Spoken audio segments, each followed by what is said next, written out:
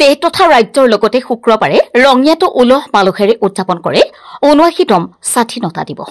ৰঙিয়া সমজিলা প্ৰশাসনৰ উদ্যোগত ৰঙিয়া উচ্চতৰ মাধ্যমিক বিদ্যালয়ৰ খেলপথাৰত কেন্দ্ৰীয়ভাৱে উদযাপন কৰা স্বাধীনতা দিৱসৰ ৰাষ্ট্ৰীয় পতাকা উত্তোলন কৰে ৰঙিয়াৰ সমজিলা আয়ুক্ত দেৱাশিষ গোস্বামীয়ে। সমজিলা আয়ুক্তগৰাকীয়ে পতাকা উত্তোলন কৰি দিয়া ভাষণত ৰঙিয়া মহকুমাৰ প্ৰতিটো বিভাগৰ উন্নয়নমূলক কাম কাজ তথা আঁচনিসমূহৰ একখতিয়ান দাঙি ধৰে।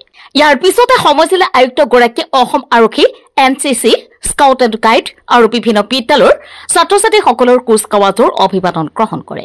আয়ুক্তগৰাকীয়ে পতাকা উত্তোলন কৰি দিয়া ভাষণত ৰঙিয়া সমজিলাৰ অধীনস্থ প্ৰতিটো বিভাগৰ উন্নয়নমূলক কাম কাজ তথা আঁচনিসমূহৰ একখতিয়ান দাঙি ধৰে। ইয়াৰ পিছতে সমজিলা আয়ুক্তগৰাকীয়ে অসম আৰক্ষীৰ অভিবাদন গ্ৰহণ কৰে। স্বাধীনতা দিৱসৰ লগত সংগতি ৰাখি সমজিলা প্ৰশাসনৰ তৰফৰ পৰা বিভিন্ন উল্লেখযোগ্য খেল ধেমালি তথা সাংস্কৃতিক কাৰ্যসূচীৰো আয়োজন কৰা হয়।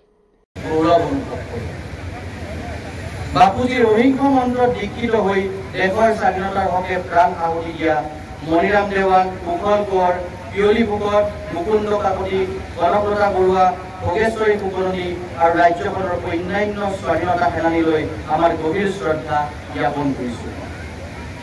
লগতে আজি আমি স্মৰণ কৰিছো বুৰঞ্জীত ৰঙিয়াৰ নাম সোণালী আখৰেৰে খোদিত কৰি যোৱা স্বৰ্গীয় শান্তিৰাম লহকৰ, সিদ্ধিনাথ শৰ্মা, হাফিজ মুন্সি, সুনন্দ কলিতা, হীৰেশ্বৰ শৰ্মা, প্ৰভাত নাথ, দুৰ্গেশ্বৰ গুজৰ বৰুৱা, চক্ৰেশ্বৰ ভট্টাচাৰ্য, গুৰুপ্ৰসাদ শৰ্মা, গৌৰৱ কলিতা, ভৰত ডেকা, কৃষ্ণ শৰ্মা, কামিনী মোহন শৰ্মা, গন্তি ডেকা, বদ্ৰীনাৰায়ণ আগৰৱালা, বকুল বড়ো, কীৰ্তিচন্দ্ৰ কলিতা আদিকে ধৰি ৰঙিয়াৰ সমূহ স্বাধীনতা সংগ্ৰামী। News desk report daily 24।